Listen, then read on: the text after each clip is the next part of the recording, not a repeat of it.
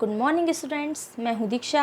आज हम लेसन 6 में टॉपिक रूपांतरण को लेकर चलते हैं। इस टॉपिक में वैज्ञानिक ग्रिफिथ ने बताया था कि जो डीएनए होता है वही आनुवांशिक पदार्थ होता है, आनुवांशिक मटेरियल होता है जो कि एक पीढ़ी से दूसरी पीढ़ी में जाता है और अपने लक्षणों को प्रदर्शित करता है। तो सर्वप्रथम वैज्ञानिक ग्रिफिथ ने इस प्रयोग को दर्शाया था, इसलिए इसे ग्रिफिथ का प्रयोग भी कहते हैं। इसके बाद कई और वैज्ञानिक आए, मैकलियोड, मैककार्टी, ये कई अन्य वैज्ञानिक थे जिन्होंने इनके प्रयोग को सिद्ध किया था, परंतु इस प्रयोग को ग्रिफिथ के प्रयोग के नाम से जाना जाता है। और वैज्ञानिक ग्रिफिथ ने क्या बताया था?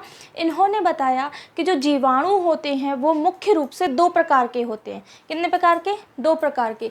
तो आज का हमारा टॉपिक है रूपांतरण, जिसे ट्रांसफॉर्मेशन भी कहते हैं। तो इस क्रिया के अंतर्गत वैज्ञानिक किसने?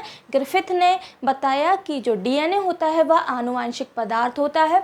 तो उसी प्रयोग को सिद्ध करने के लिए इन्होंने सर्वप्रथम चूहों पर प्रयोग किया था।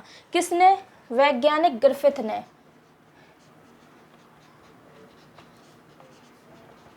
वैज्ञानिक ग्रिफिथ, इसको अंडरलाइन करके लिख लेना क्योंकि ये क्वेश्चन आता है एग्जाम में कि रूपांतरण का प्रयोग किसने दिया था। तो वैज्ञानिक ग्रिफिथ ने रूपांतरण का प्रयोग दिया था सन 1928 में।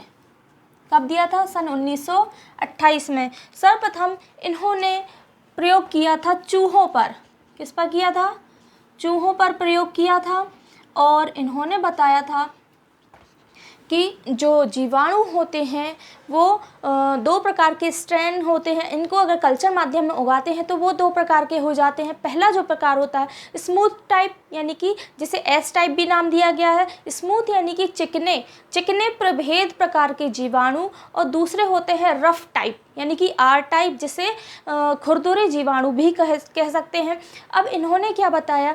जो जीवाणु होते, इन्होंने चूहों पर डिप्लोकोकस न्यूमोनी नामक जीवाणु को इंजेक्ट कराया और उस पर प्रयोग किया कि चूहों पर इसका क्या असर होता है, कि चूहे डेड हो जाते हैं, मर जाते हैं या फिर जीवित रहते हैं। तो ये प्रयोग किसने बताया था? वैज्ञानिक ग्रिफिथ ने। तो आप सबसे पहले याद रखेंगे जो रूपांतरण की क्रिया है, इस प्रयोग में वैज्ञानिक ग्रिफिथ ने क्या बताया था कि डीएनए ही आनुवांशिक पदार्थ है, evidence for DNA as genetic material. और इस प्रयोग को सिद्ध करने के लिए इन्होंने किस जीवाणु को लिया था? Diplococcus pneumoniae. डिप्लोकोकस न्यूमोनी ये एक ऐसा जीवाणु है, ये बैक्टीरिया या जीवाणु भी कह सकते हैं, इसे हिंदी में कहते हैं जीवाणु और इंग्लिश में इसे ही कहते हैं बैक्टीरिया। ये एक ऐसा जीवाणु है जो कि जीवों में निमोनिया पैदा करता है। क्या पैदा करता है?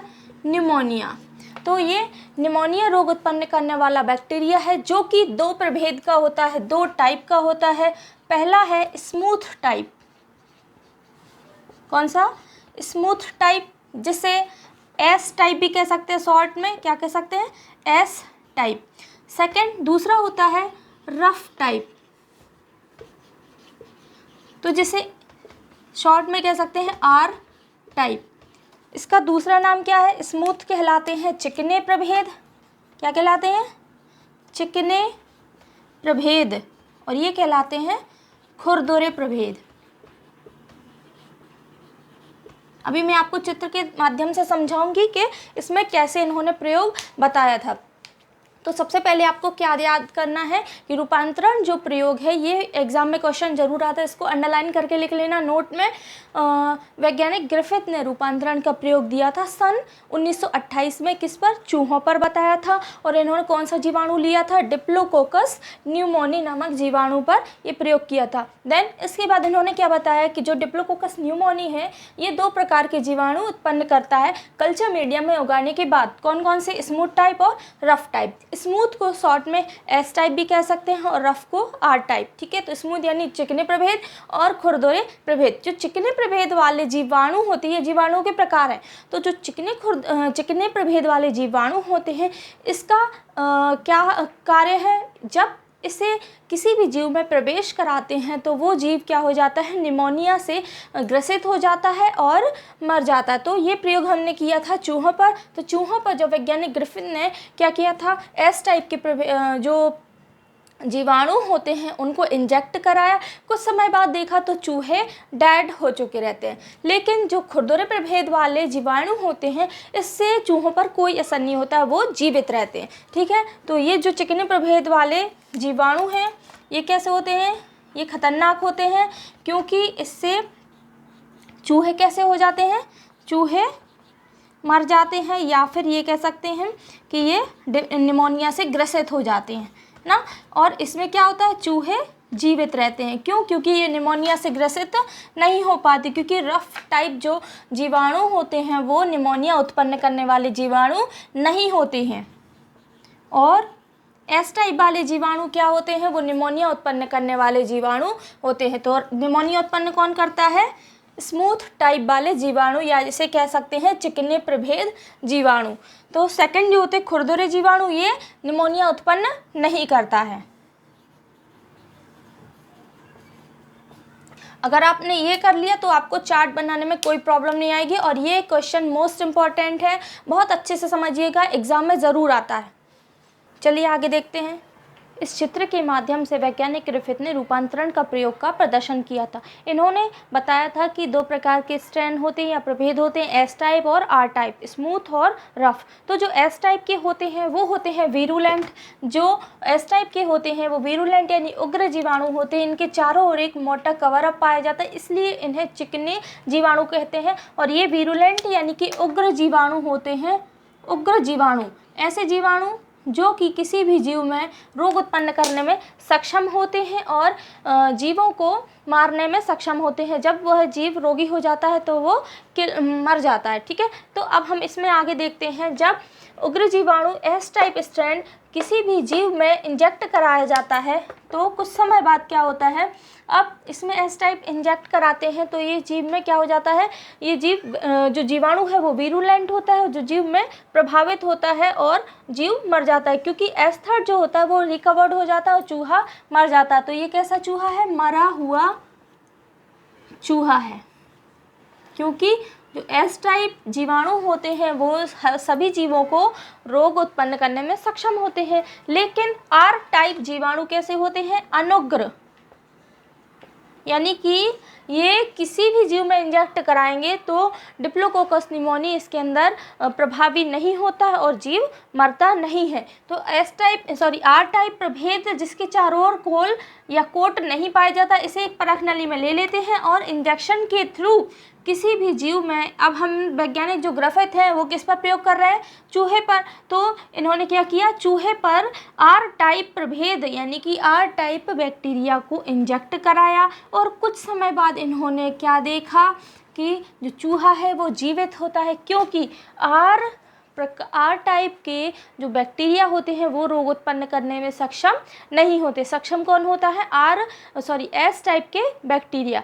अब एक कंडीशन ऐसी बनती है, एस टाइप को मार करके यदि प्रवेश कराते हैं तो जीवित जो चूहे होते हैं वो जीवित नहीं रहते हैं। ठीक है, अब इन्होंने चौथी कंडीशन क्या रखी, ये है आर टाइप और ये है एस टाइप। तो आर टाइप को परख नली में ले लेते हैं और एस टाइप को भी परख नली में ले लेते हैं। यहाँ पे लिख देते हैं ये कैसे है, आर टाइप बैक्टीरिया और ये है एस टाइप बैक्टीरिया।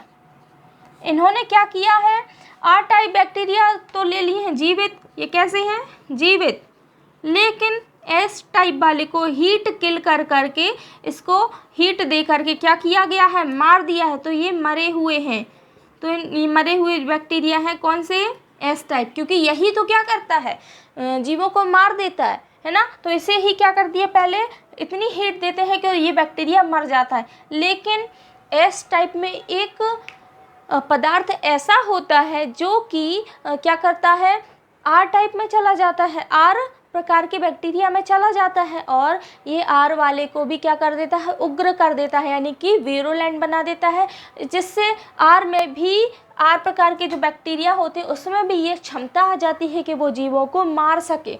तो कुछ समय इन दोनों को क्या करते हैं, परख नली में ले लेते हैं, किसको, आर को और एस को। रफ बैक्टीरिया और स्मूथ बैक्टीरिया, शॉर्ट में बोलते हैं तो आर और एस बोल सकते हैं। रफ बैक्टीरिया और स्मूथ बैक्टीरिया को कैसे ले लिया, रफ को तो जीवित लेते हैं लेकिन स्मूथ को हीट दे करके किल कर देते हैं। इन दोनों को मिक्स करके किस में इंजेक्ट कराते हैं, चूहे में इंजेक्ट करा देते हैं। तो कुछ समय बाद हम क्या देखते हैं कि चूहा मर जाता है, लेकिन ये नहीं होना चाहिए। कैसे मर जाता है, क्योंकि जो एस का डीएनए होता है वो रूपांतरित होकर के कहाँ चला जाता है, आर में चला जाता है, और रूपांतरण करके क्या कर लेता है, एस जो स्मूथ टाइप के बैक्टीरियाज होते हैं उसी के जैसा डीएनए बना लेता है और आर टाइप के बैक्टीरिया को क्या कर देता है, उग्र बना देता है, ताकि ये उग्र होकर के जीवों को मार सके। ओके तो जीव इसमें क्या हो जाता है, मर जाता है, क्योंकि ये एस के समान कार्य करने लगता है। कौन करने लगता है इसके समान कार्य, आर, क्योंकि एस को तो हम पहले ही मार चुके हैं तो वो मर चुका है, लेकिन ये एस जो है वो आर को अपने जैसा बना लेता है, रफ बैक्टीरिया को ये अपने समान बना लेता है, और रफ बैक्टीरिया है वो भी क्या करता है, जीवों को मारने लगता है।